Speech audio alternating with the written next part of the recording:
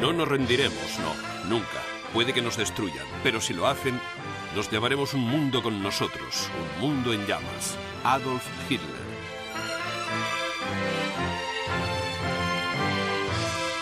El mundo en llamas. De vencedores a vencidos.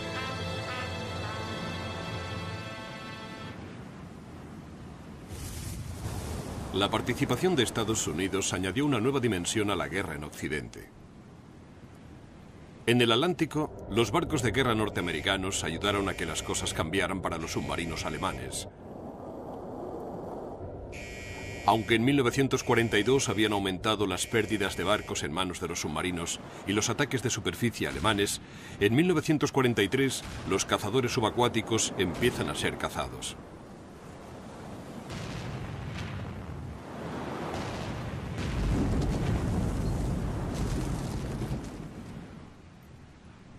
Aviones británicos y norteamericanos que vuelan desde bases tan lejanas como las Azores e Islandia se unen a los barcos de guerra en la persecución de los cada vez menos numerosos submarinos alemanes que rondan las rutas marítimas del Atlántico. Los bombarderos aliados también son activos en Alemania. Desde 1940 los británicos han estado bombardeando las ciudades alemanas por la noche. Al principio, los bombardeos se limitaban a unas pocas docenas de bombarderos bimotor, pero para 1942 los británicos realizan ataques concentrados con más de 1000 bombarderos pesados. Los objetivos son, entre otros, los puertos del Canal y del Mar del Norte, refugios para submarinos y grandes ciudades industriales del oeste de Alemania. Los bombardeos causan grandes daños. El fuego arrasa Lübeck, Rostock y Colonia. Miles de personas mueren y cientos de miles se quedan sin hogar. En agosto, los norteamericanos lanzan los primeros ataques diurnos. Al principio están dirigidos contra objetivos en Francia. Pero en 1943, los norteamericanos ya vuelan hasta el interior de Alemania. Allí atacan objetivos industriales clave, como plantas de montaje de aviones, instalaciones petrolíferas y fábricas de armamento.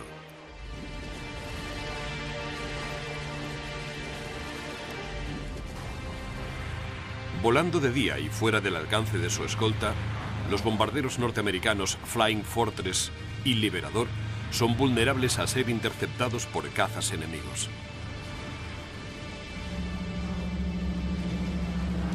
En algunos bombardeos, casi 1 de cada 5 bombarderos norteamericanos es abatido.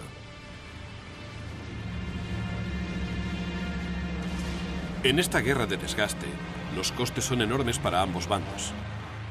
Las tripulaciones norteamericanas tienen menos de una posibilidad entre 3 de completar una ronda de 25 misiones.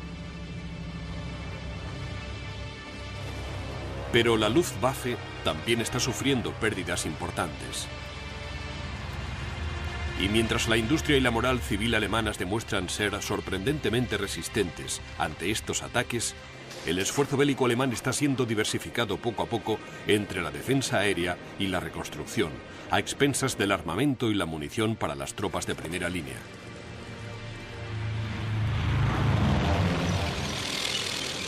En África, las fuerzas británicas y norteamericanas avanzan por Argelia hacia Túnez, mientras el 8º Ejército Británico avanza desde El Alamein hacia Libia. Lo que queda del Afrika Korps de Rommel y del ejército italiano en África han emprendido retirada hacia el oeste para defenderse desde las montañas de Túnez.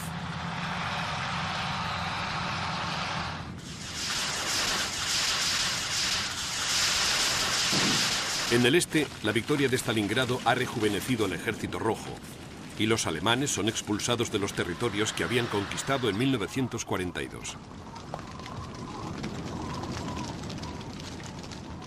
1943 será un año duro para la Wehrmacht. Las derrotas en África y en el este la han debilitado mucho y han minado considerablemente su moral, muy alta hasta este momento. Además, El mito de la Alemania invencible, que ya se tambaleaba tras las derrotas en los alrededores de Moscú, ha perdido ya toda credibilidad. Para la primavera de 1942, los alemanes habrán tenido que retroceder hasta más allá de los Donets. Y en África, las fuerzas del eje están atrapadas en el este de Túnez.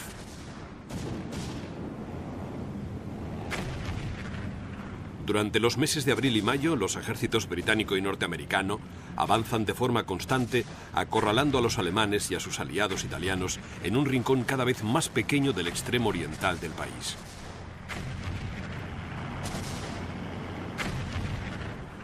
El 12 de mayo, los restos de esta otrora formidable fuerza capitulan ante los aliados. Se harán casi 500.000 de prisioneros, la mitad de los cuales serán alemanes. Hitler no se deja intimidar por este revés y ordena una nueva ofensiva en el frente oriental.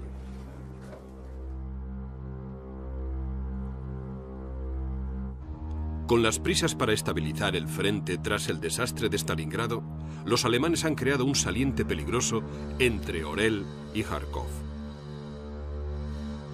Se sabe que los rusos están construyendo fortalezas defensivas en el saliente y han reunido fuerzas de 2 frentes soviéticos para defenderlas y a 2 frentes más desplegados para aguantar en los flancos.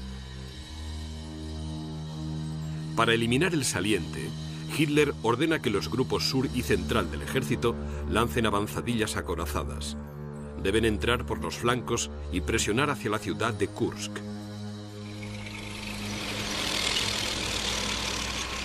La campaña se inicia el 5 de julio con ataques del 9º Ejército por el norte y del 4º Ejército Panzer por el sur.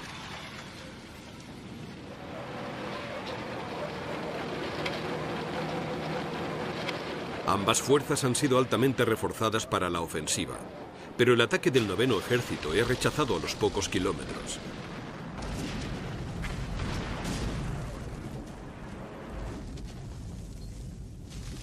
Solamente se consigue un progreso real en el sector sur.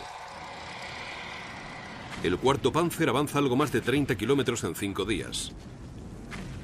Pero las defensas soviéticas están demasiado alejadas para conseguir un avance decisivo, y el 4º Panzer redirige el peso de su ataque hacia el este.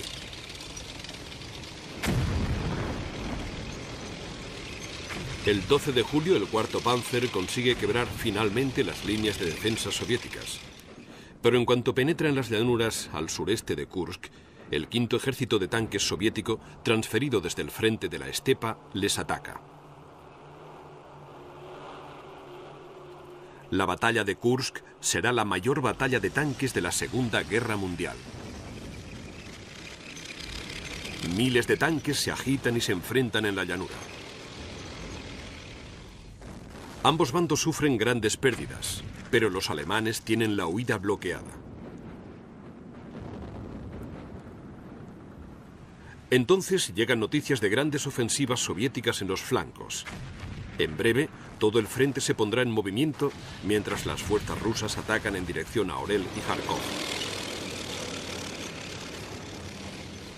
El 5 de agosto Orel cae en manos del Ejército Rojo y el 23 de agosto Kharkov.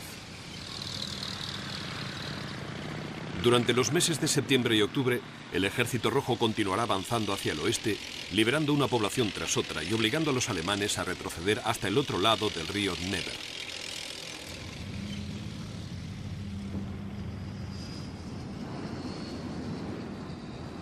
Con la conquista de la costa del norte de África, ahora los aliados controlan el Mediterráneo.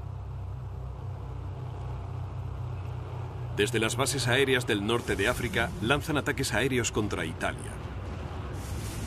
Los bombarderos pulverizan las defensas, las bases y los puertos italianos, mientras los cazas aliados llevan a la batalla a las fuerzas aéreas italianas y a la Luftwaffe.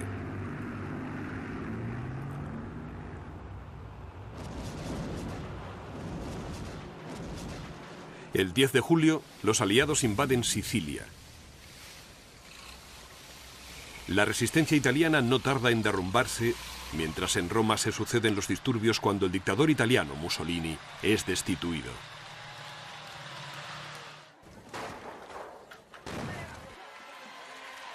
Mientras los aliados completan la toma de la isla, se llevan a cabo negociaciones secretas para la rendición de Italia.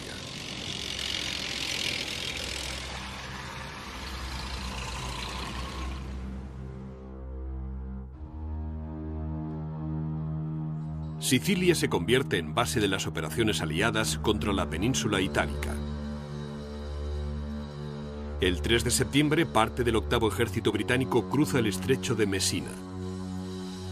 A lo largo de los siguientes días, a medida que el octavo ejército avanza hacia el norte, una flota invasora aliada se aproxima al Golfo de Salerno. El desembarco del quinto ejército norteamericano está planificado para que coincida con la rendición oficial de Italia. La intención es la de prevenir una toma de poder en Italia por parte de los alemanes. El desembarco se realiza en Salerno el 9 de septiembre. A pesar de los esfuerzos de los aliados para mantener la operación en secreto, los alemanes les están esperando. Durante los días siguientes, la cabeza de playa de Salerno es atacada incesantemente desde el aire y por artillería y tanques alemanes. Mientras en el resto de Italia los alemanes se apresuran a arrebatar el control del país a los italianos. La cabeza de playa de Salerno permanece sitiada una semana, lo que permite a los alemanes consolidar el control sobre el norte de Italia y prepararse para una retirada ordenada.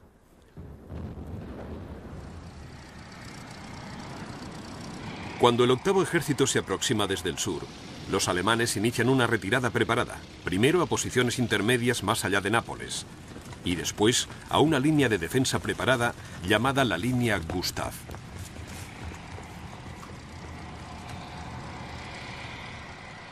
El quinto ejército se aleja de su playa y avanza rápidamente hacia Nápoles, mientras el octavo ejército sube por la costa este.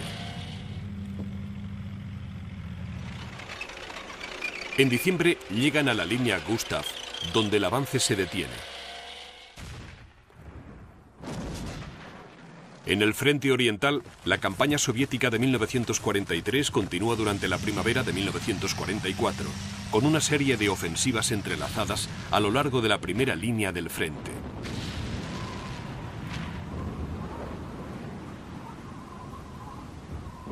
A finales de enero, el Ejército Rojo hace retroceder al grupo norte del ejército alemán desde Leningrado, levantando así un sitio que ha durado casi 30 meses.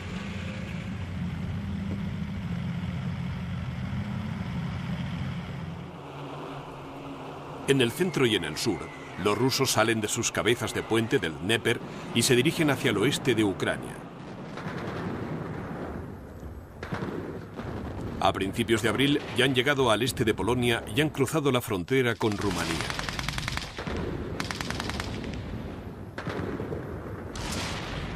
En Crimea, el 17º ejército alemán es acorralado en Sebastopol en una irónica inversión de los acontecimientos de 1942.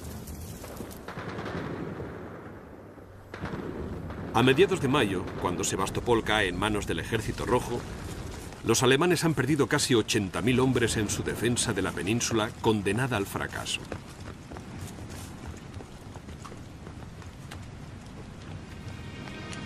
En 1944, la ofensiva aérea aliada cambia de objetivo de sus ataques de Alemania a Francia y Bélgica. Los objetivos son instalaciones militares, campos de aviación, puentes, ferrocarriles y fortificaciones costeras. En estos momentos, los bombarderos británicos y norteamericanos vuelan en misiones diurnas protegidos por oleadas de cazas que les escoltan. Se pretende que estos ataques hagan entrar en combate a la Luftwaffe. Durante la primavera y principios del verano de 1944, gran parte de la infraestructura de transportes del norte de Francia será bombardeada y convertida en escombros. Entre París y el mar no queda casi ningún puente en pie, y casi todos los campos de aviación e instalaciones de radar serán destruidos.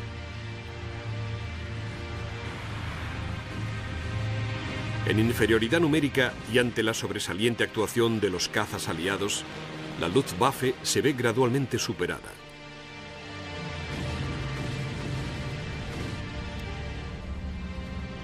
En Francia y Bélgica, la clara superioridad de los aliados en el aire no tardará en convertirse en una supremacía absoluta.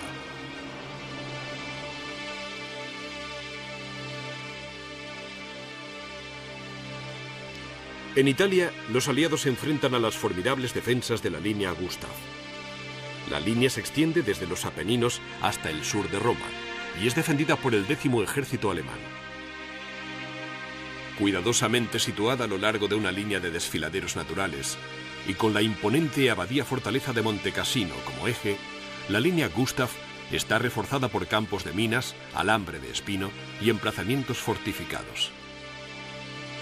Los primeros asaltos del V Ejército norteamericano en diciembre son en vano, y los aliados empiezan a planear un desembarco anfibio en Anzio tras la línea Gustav.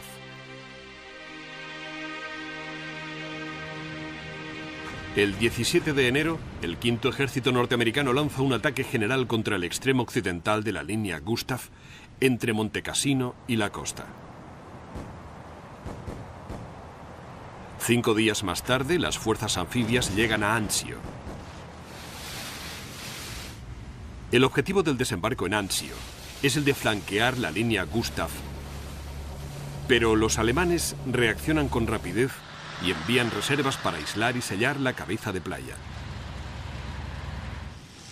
Los alemanes toman el control de las colinas de los alrededores de Anzio y establecen un perímetro defensivo sólido.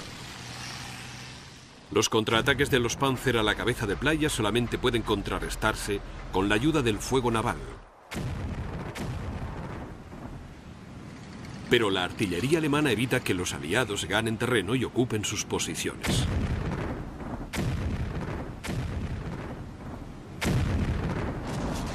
El punto muerto al que se llega en Anzio se va repitiendo a lo largo de la línea Gustav, donde los ataques norteamericanos siguen resultando fútiles.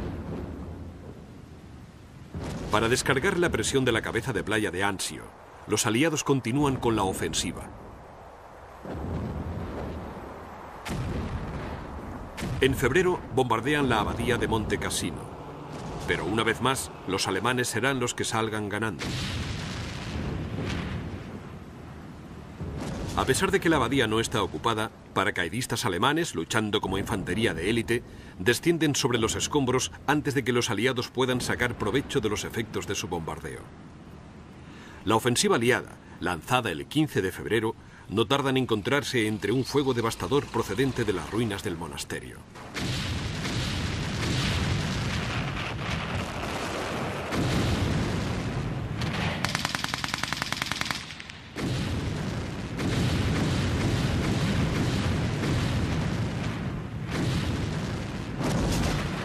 Una tercera ofensiva a mediados de marzo tampoco obtiene grandes resultados. Pero en abril y principios de mayo, los aliados vuelven a desplegarse para una cuarta ofensiva. 14 divisiones nuevas o descansadas se concentran en el extremo occidental de la línea Gustav, entre Monte Cassino y el mar. Esta vez lo consiguen. Primero, fuerzas franco-marroquíes cruzan la línea Gustav en el sector costero, y después fuerzas británicas y polacas la cruzan por el centro. Con el hundimiento de la línea Gustav, los alemanes se retiran hacia el norte. A finales de mayo, los aliados llegan a Anzio, levantan el sitio y liberan la cabeza de playa. El 4 de junio entran en Roma, donde sus habitantes le recibirán como libertadores. Pero la gloria de la liberación de Roma durará poco. 2 días más tarde, el 6 de junio de 1944, una flota invasora aliada se acerca a las costas de Normandía, en Francia.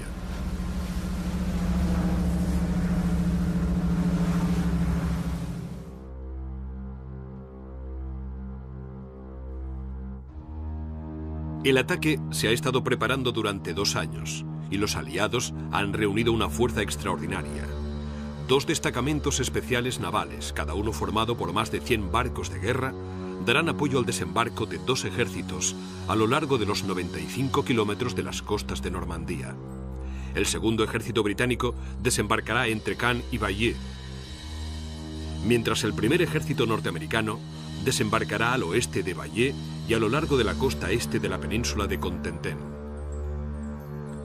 Esperando a estas fuerzas, hay 4 divisiones del 7º Ejército alemán, pero 3 de ellas son formaciones de guarnición, equipadas principalmente para la defensa.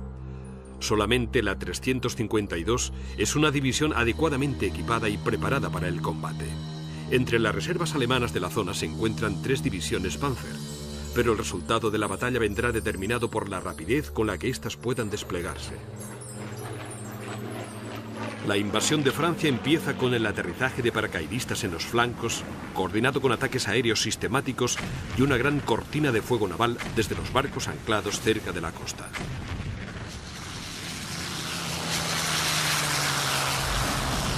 A los alemanes el ataque aliado les coge completamente por sorpresa, pero reaccionan con rapidez y envían a las reservas tácticas del 7º Ejército a la zona y movilizan a las divisiones Panzer en reserva estratégica.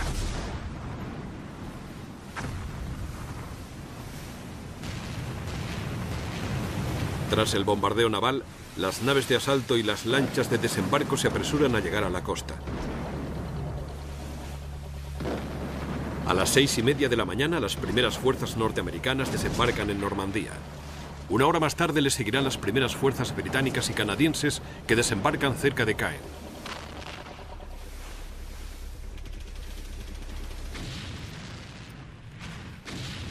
En el transcurso del primer día de batalla, Edwin Rommel, ahora ascendido a capitán general, vuela desde Alemania para asumir el mando de las fuerzas alemanas que defienden Normandía.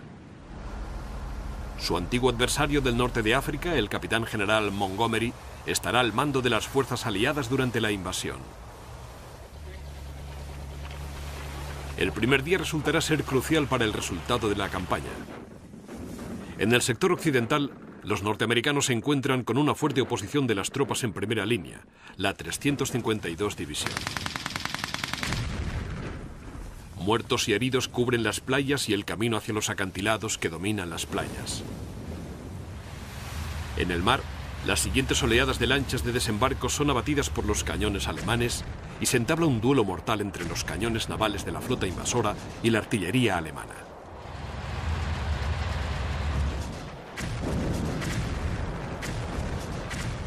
Durante todo el día D se suceden crudos enfrentamientos en todos los sectores. Al sur de Caen, los británicos se enfrentan a varias unidades de la 21 Panzer, una formación de veteranos de la campaña del norte de África. Pero tras 2 intentos de la Panzer de abrirse camino hasta la cabeza de playa, la artillería y el apoyo naval británicos les obligan a retroceder.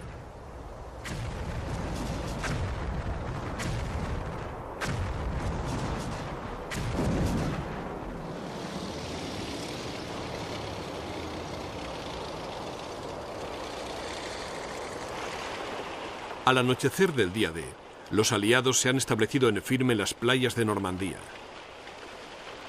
Han desembarcado un total de 150.000 hombres y las unidades avanzadas han penetrado hasta 11 kilómetros hacia el interior.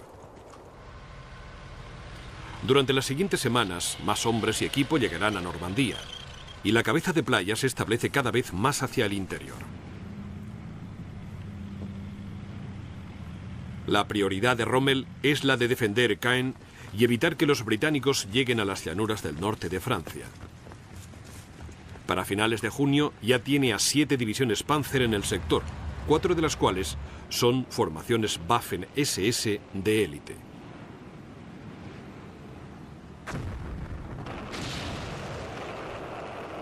Durante varias semanas, británicos y canadienses dirigen sus ataques hacia Caen.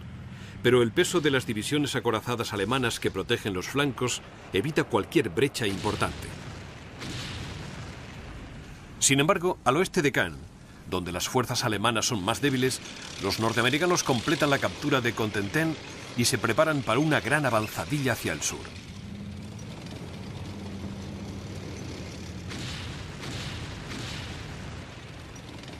La ofensiva comienza el 25 de julio. El primer día, los norteamericanos presionan con decisión ante una oposición que actúa con determinación.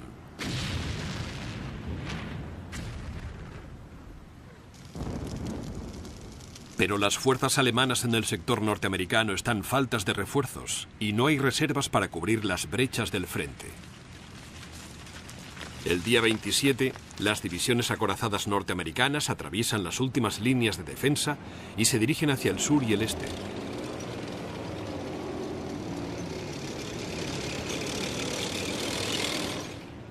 En un acto de desesperación, Hitler ordena a las fuerzas que defienden Caen que se dirijan hacia el oeste y tapen la brecha. El resultado es catastrófico para los alemanes. Las divisiones acorazadas y la infantería motorizada norteamericanas rodean a la avanzadilla alemana, mientras británicos y canadienses atraviesan las debilitadas líneas alemanas para acabar de rodearlas por el norte.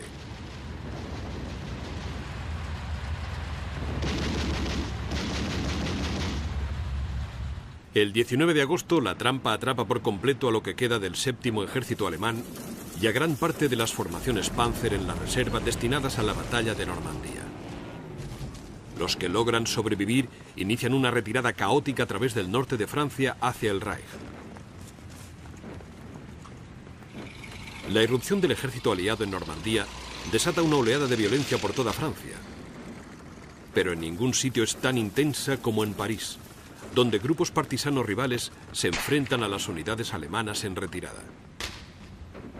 La resistencia francesa, que se había mantenido en letargo durante la mayor parte de la guerra, estalla en un frenesí de asesinatos recriminatorios.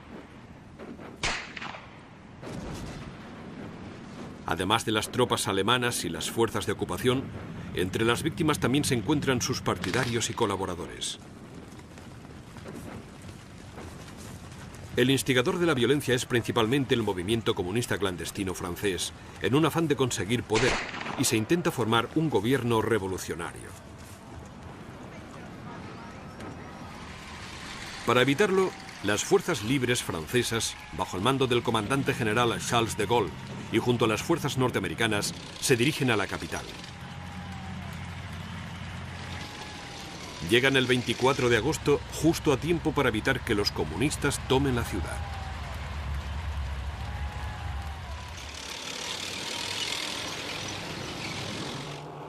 En el frente oriental, la campaña de verano rusa de 1944 comienza el 22 de junio, el día del tercer aniversario de la invasión alemana.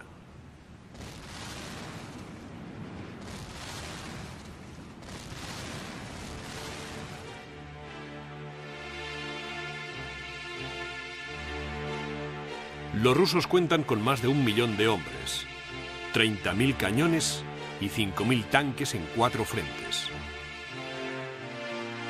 La primera, segunda y tercera bielorrusas y la primera báltica. Sus objetivos inmediatos son Vitebsk, Orsha, Mogilev y Bobruisk, ciudades fortificadas clave de la línea de defensa alemana.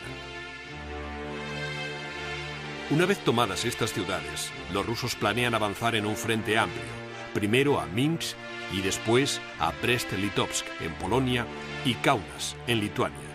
Eso les llevará hasta las fronteras del mismo Reich. Para enfrentarse a los rusos, el grupo central del ejército alemán ha desplegado al tercer ejército Panzer alrededor de Vitebsk y tiene al noveno ejército en el flanco derecho.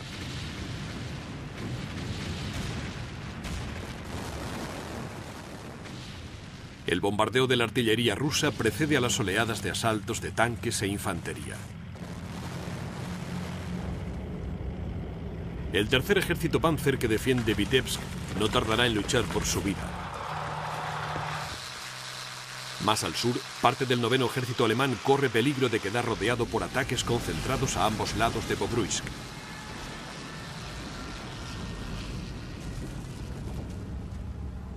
En el aire, las fuerzas aéreas rojas dominan los cielos. Día tras día, las victorias soviéticas se van sumando. El 27 de junio, Vitebsk cae a pesar de los valientes esfuerzos del tercer ejército Panzer y el sacrificio de cerca de 30.000 hombres. Ese mismo día, los rusos capturan Orsha y rodean Bobruisk, atrapando así a otros 40.000 alemanes.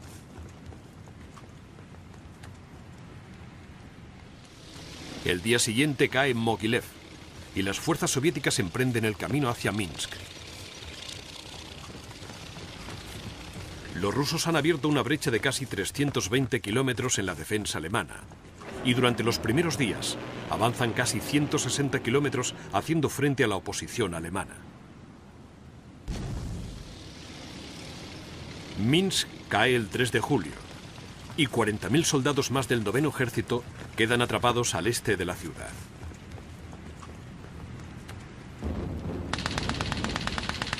En la mayoría de estos enfrentamientos, las fuerzas acorazadas y motorizadas rusas se limitan a seguir avanzando hacia el oeste, dejando que fuerzas de segundo grado se encarguen de las desorganizadas unidades alemanas aquejadas de neurosis de guerra.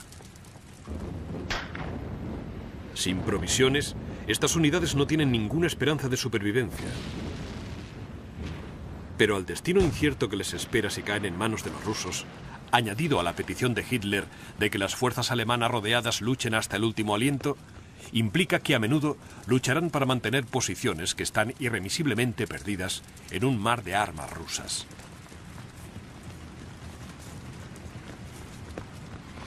Ahora son los rusos los maestros de las tácticas de Blitzkrieg. Sus formaciones acorazadas y motorizadas están agrupadas no en divisiones, sino en ejércitos, y las fuerzas aéreas rojas proporcionan apoyo de artillería aérea en el campo de batalla. La infantería soviética, que marcha sin descanso hacia el oeste, es muy distinta a la que los alemanes aplastaron en los ataques de 1941. Ahora los ataques rusos están mejor armados y mejor dirigidos, y a diferencia de los alemanes, tienen la moral por las nubes gracias a los éxitos recogidos en el campo de batalla. Durante los meses de julio y agosto, la maquinaria rusa avanza inexorablemente hacia el oeste. Vilna, Kaunas, Lublin y Brest-Litovsk caen a su paso, y a finales de julio los rusos llegan a la costa báltica, a Riga, aislando así al grupo norte del ejército alemán en Letonia y Estonia.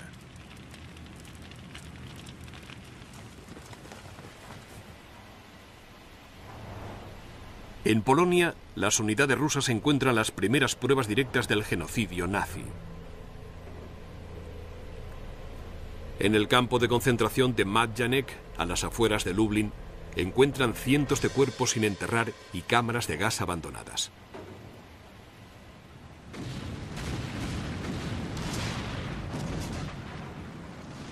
Cuando el grupo central del ejército alemán se desintegra y cada vez más reservas alemanas son retiradas de los flancos, la posición estratégica global de la Wehrmacht en el frente oriental se vuelve inestable. Los rusos lanzan ofensivas a los flancos. En los estados de Letonia y Estonia, en el norte de la región báltica, los alemanes son acorralados en la península de Curlandia, mientras en el sur, las fuerzas soviéticas en Ucrania lanzan una ofensiva hacia los estados de Europa Central de Hungría, Rumanía y Bulgaria.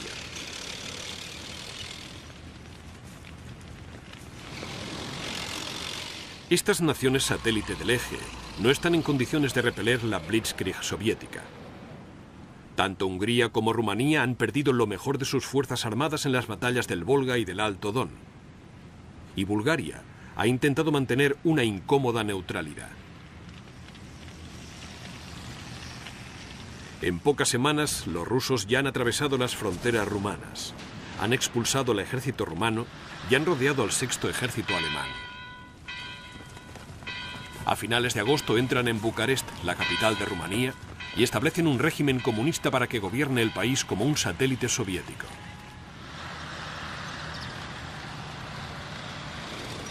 La siguiente en caer es Bulgaria. Las fuerzas soviéticas del sur de Ucrania llegan a la frontera el 1 de septiembre.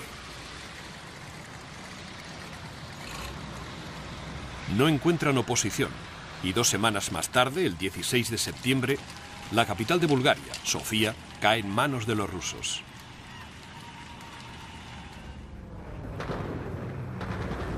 En octubre, la Blitzkrieg rusa llega a Hungría y Eslovaquia.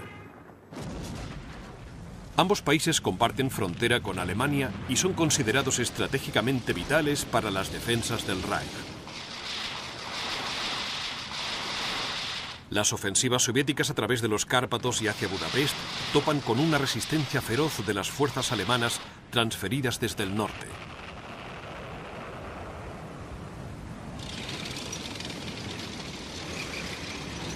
Los enfrentamientos son particularmente intensos en los llanos al oeste de Budapest y a lo largo del Danubio.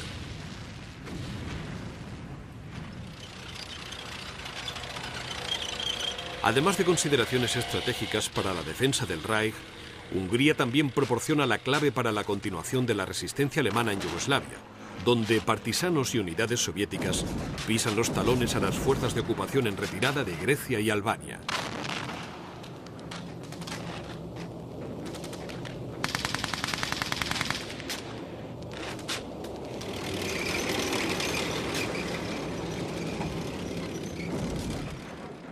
En Polonia también se suceden violentos combates en Varsovia y a lo largo del Vístula.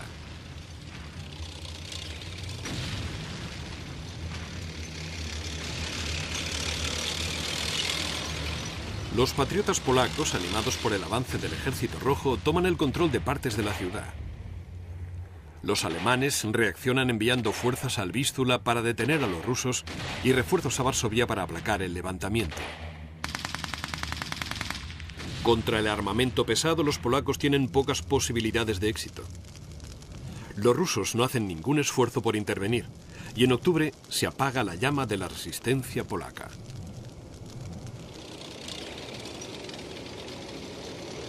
En el oeste, la alegría se extiende por Francia y Bélgica a medida que los ejércitos aliados avanzan sin pausa hacia el Rin. Sin embargo, Hitler planea su última ofensiva en Occidente, un ataque cruzando las Ardenas encabezado por 10 divisiones Panzer. La ofensiva planeada es una copia casi exacta del audaz ataque de 1940 que llevó a la toma de Francia y los Países Bajos.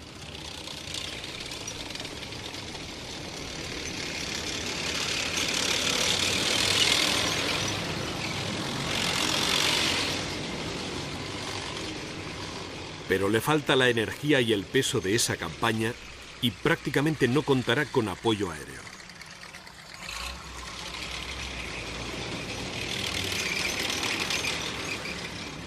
El 16 de diciembre las divisiones Panzer avanzan por los estrechos desfiladeros y caminos de las Ardenas. Una vez más, cuentan con la ventaja del elemento sorpresa. Las tropas norteamericanas de la zona sufren una considerable escasez de armas. Además, los alemanes cuentan con la ventaja del mal tiempo que impide cualquier operación aérea de los aliados. A pesar del éxito inicial, los ataques no tardan en quedarse sin fuerza. Varias unidades aéreas norteamericanas refuerzan los puntos clave y los cruces de carreteras, y otras unidades aliadas acuden a la zona. En poco tiempo, la ofensiva alemana se debilita por los flancos y se ve obligada a limitarse a un eje de ataque muy estrecho. Cuando las divisiones Panzer convergen en las pocas carreteras que quedan, la ofensiva se bloquea.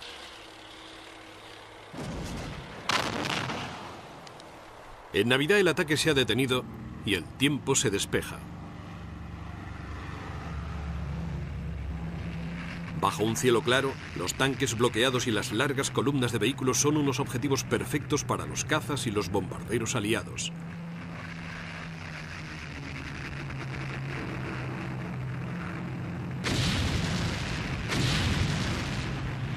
Para finales de año, los alemanes están en plena retirada, presionados por todas partes por la infantería y los acorazados norteamericanos y atacados desde el aire. Para finales de 1944, a Alemania le queda poco territorio del que ha ganado a la fuerza desde 1939. En el oeste, Holanda, Dinamarca y Noruega siguen ocupadas, pero Francia y Bélgica han sido liberadas por los aliados. En el sur, las tropas alemanas ocupan el norte de Italia, pero la península itálica y Roma están en manos de los aliados y el gobierno italiano se ha pasado al bando aliado.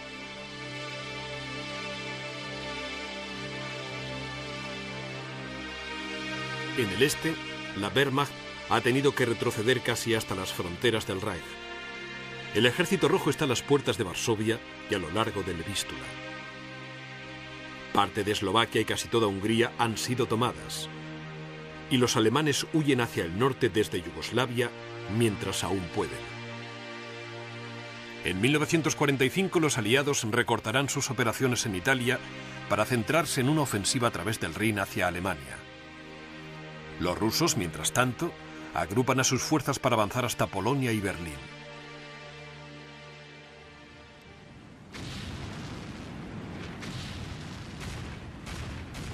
La ofensiva de primavera en 1945 comienza el 12 de enero.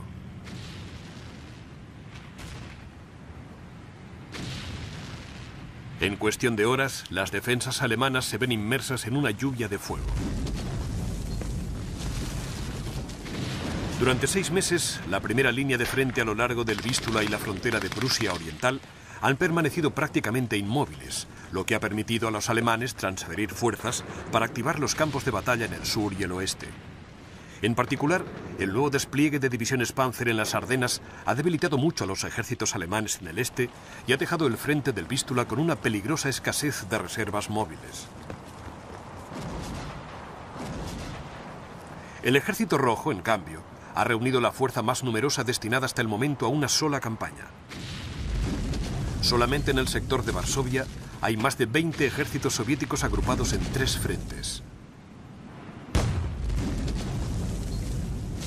Al sur de Varsovia, los rusos avanzan 19 kilómetros el primer día, aniquilando la resistencia alemana. Varias ofensivas se van sucediendo desde Varsovia hasta el Báltico.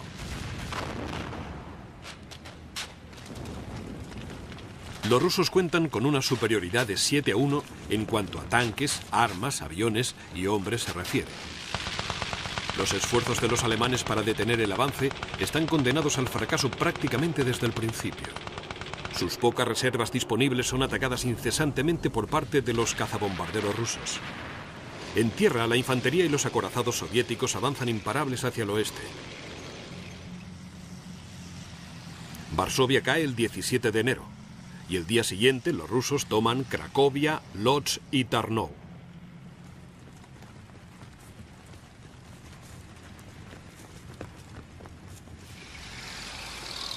A finales de mes, los alemanes están en plena retirada y los rusos están avanzando por el este de Alemania hasta el río Oder, el último obstáculo natural antes de llegar a Berlín. El 4 de febrero los principales líderes aliados se reúnen en Yalta, en Crimea. A estas alturas ya está claro que Alemania se aproxima a la derrota y los aliados acuerdan definir sus futuras zonas de ocupación en Alemania y Austria. La marca de demarcación entre la zona soviética y las de los aliados occidentales será el río Elba. También se discute el futuro de los estados de Europa del Este actualmente ocupados por los rusos. Los aliados ven cada vez con más escepticismo las promesas de Stalin de celebrar elecciones libres y asegurar la soberanía nacional para estas naciones. Y de hecho, muchos de estos estados permanecerán bajo ocupación rusa durante décadas.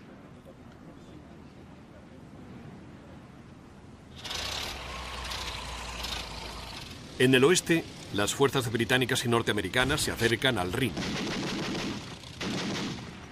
La línea Siegfried en la frontera alemana se fracciona en varios puntos y a principios de marzo varias unidades del primer ejército norteamericano entran en Colonia. Con violentos conflictos en las calles, la retaguardia alemana retiene a los norteamericanos el tiempo suficiente para demoler los puentes que cruzan el Rin en la ciudad. 2 días más tarde, las unidades avanzadas norteamericanas capturan el puente del ferrocarril de Remagen, el único puente que cruza el Rin y que aún queda en pie.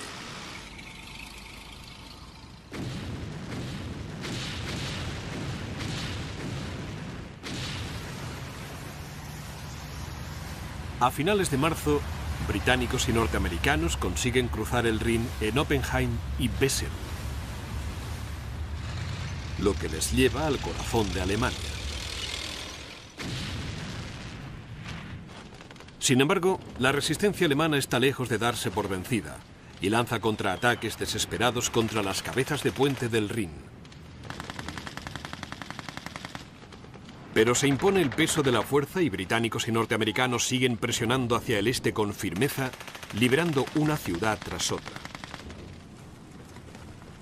El 28 de marzo capturan Marburg y comienzan a rodear el Ruhr, la región industrial más importante de Alemania.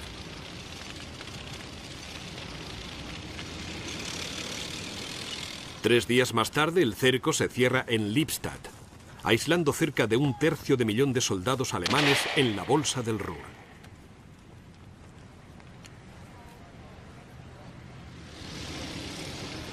En Austria, el Ejército Rojo se aproxima a Viena, habiendo ya ocupado Hungría y la mayor parte de Checoslovaquia.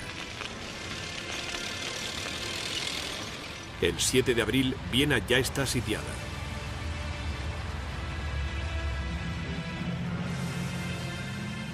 Las fuerzas alemanas que defienden la ciudad reciben el apoyo de varias divisiones Panzer procedentes de las Ardenas. Pero dichas unidades sufren una escasez crónica de artillería pesada, municiones y combustible, y se ven obligadas a luchar principalmente como infantería.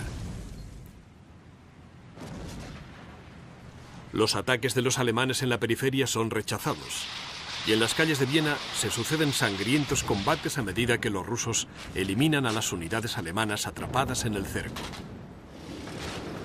El 13 de abril, cuando por fin acaban los enfrentamientos, más de 100.000 soldados alemanes serán capturados.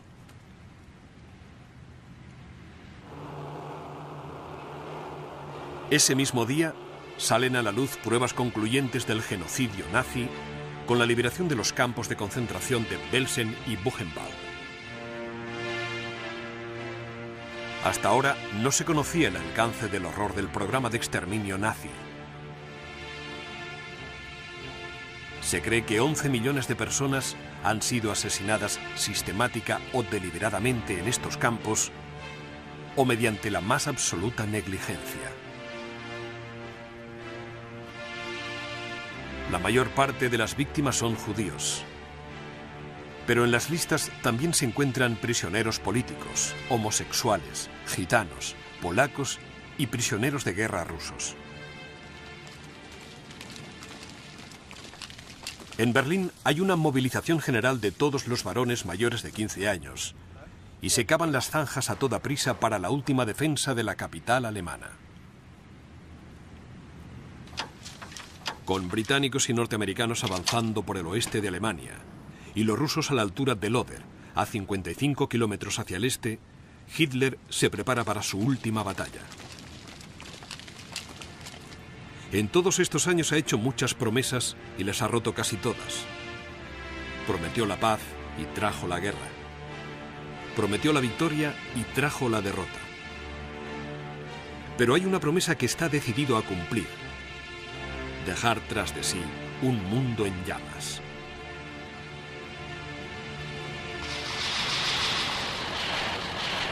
El 16 de abril comienza la ofensiva soviética del Oder.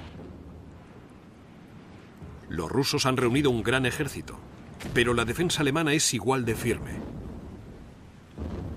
Durante 2 días, los rusos asaltan las posiciones alemanas en la orilla oeste, pero avanzan poco. Las unidades alemanas de primera línea cuentan con el refuerzo de las tropas de las SS y las juventudes hitlerianas. Los enfrentamientos en el Oder son tan crueles como la mayoría de los de la Segunda Guerra Mundial, pero el peso de la fuerza se impone una vez más y se empiezan a abrir brechas en las defensas alemanas. Al sur del Oder, en el río Neisse, las tropas soviéticas llegan a las llanuras del sur de Berlín. El 18 de abril las defensas del Oder empiezan a tambalearse y los rusos toman las colinas de Shiloh. 3 días más tarde, las unidades avanzadas llegan a las afueras de Berlín. En el oeste, la resistencia alemana ya se está derrumbando. La bolsa del Ruhr es eliminada el 18 de abril. Y ese mismo día, unidades del Tercer Ejército norteamericano llegan a la frontera con Checoslovaquia. De norte a sur, los aliados avanzan sin pausa a través de Alemania, acercándose al Elba y dirigiéndose hacia el Báltico. El 25 de abril, las unidades avanzadas del primer ejército norteamericano se encuentran con las fuerzas rusas en Torgau, en el Elba. Ese mismo día, los rusos completan su cerco a Berlín.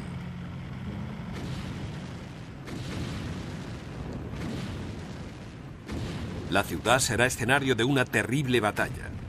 Hitler ha prohibido la retirada. ha jurado derrotar al Ejército Rojo a las puertas de su capital.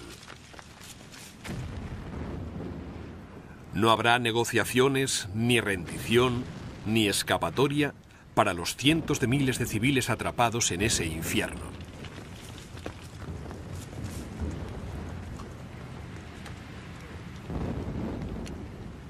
Medio millón de soldados rusos avanzan entre los escombros. Su artillería dispara a bocajarros sin apuntar.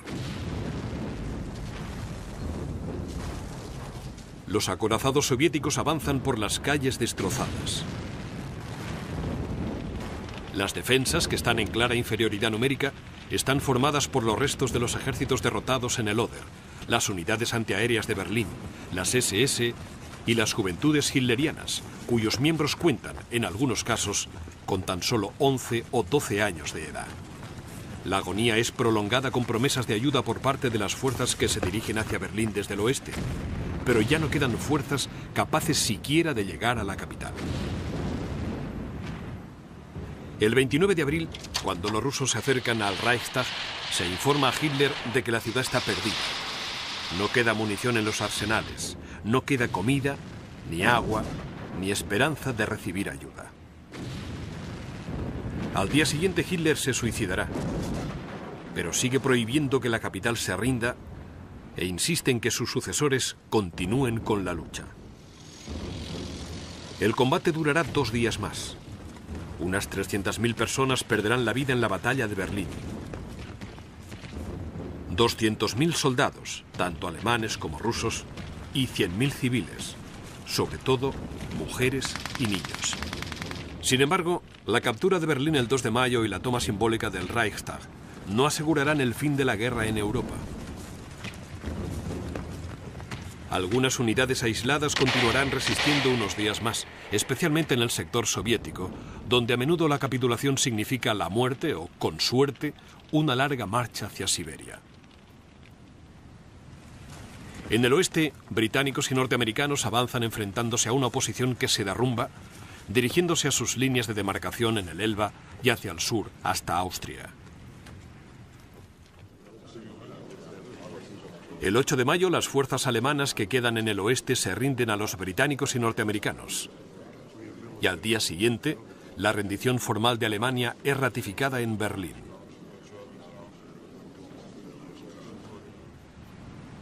Durante los siguientes meses, el mundo hará recuento de los costes del conflicto. Además de la destrucción generalizada, más de 30 millones de personas han muerto. Incontables millones más han sido mutilados y desfigurados, y poblaciones enteras han sido desarraigadas y han perdido su hogar. La Alemania nazi ha añadido un término nuevo al diccionario del horror, el de la solución final, la eliminación sistemática de una raza.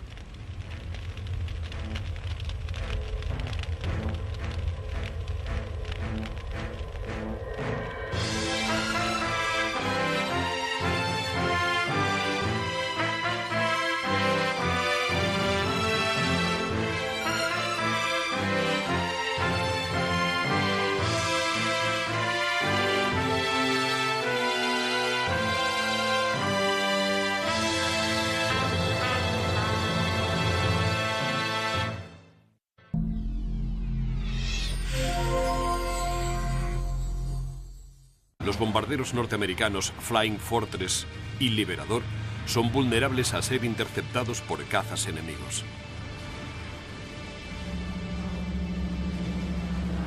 En algunos bombardeos, casi 1 de cada 5 bombarderos norteamericanos es abatido.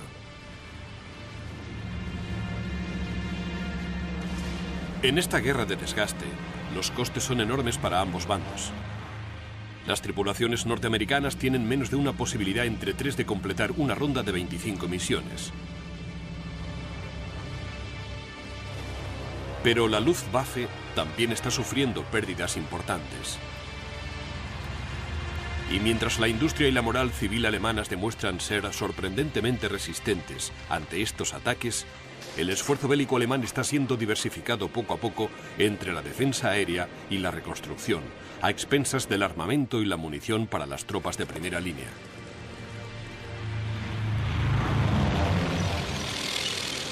En África las cambiaron para los submarinos alemanes.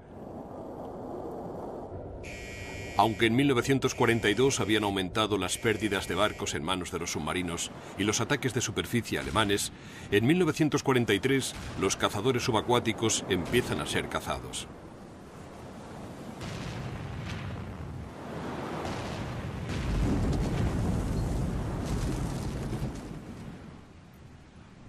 Aviones británicos y norteamericanos que vuelan desde bases tan lejanas como las Azores e Islandia se unen a los barcos de guerra en la persecución de los cada vez menos numerosos submarinos alemanes que rondan las rutas marítimas del Atlántico. Los bombarderos aliados también son activos en Alemania.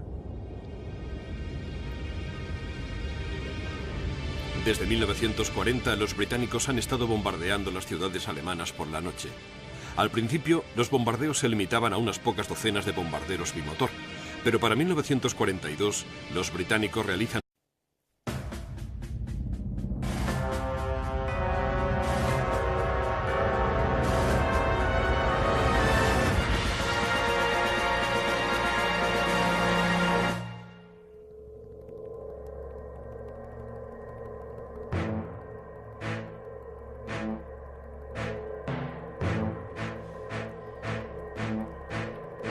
No nos rendiremos, no, nunca. Puede que nos destruyan, pero si lo hacen, nos llevaremos un mundo con nosotros, un mundo en llamas. Adolf Hitler.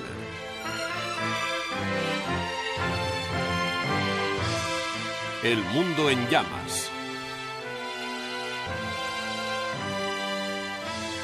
De vencedores a vencidos.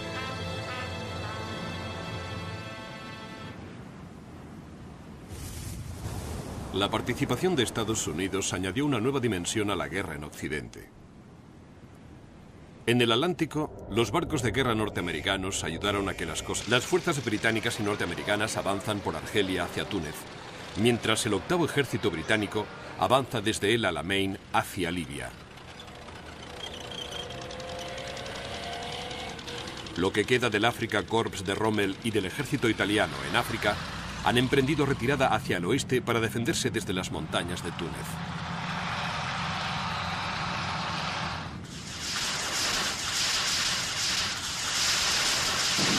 En el este, la victoria de Stalingrado ha rejuvenecido al Ejército Rojo y los alemanes son expulsados de los territorios que habían conquistado en 1942.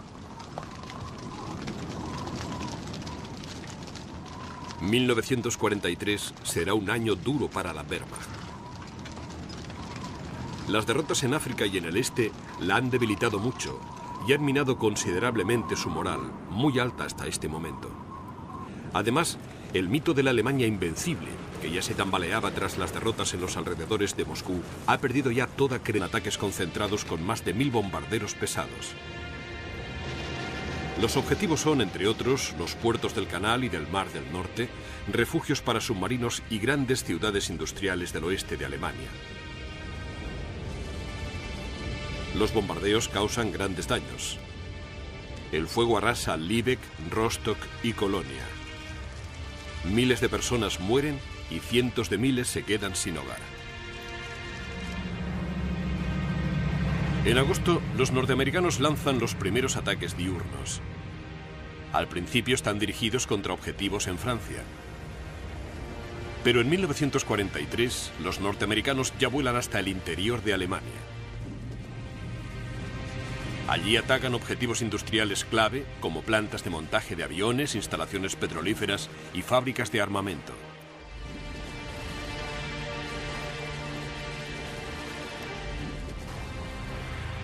Volando de día y fuera del alcance de su escolta,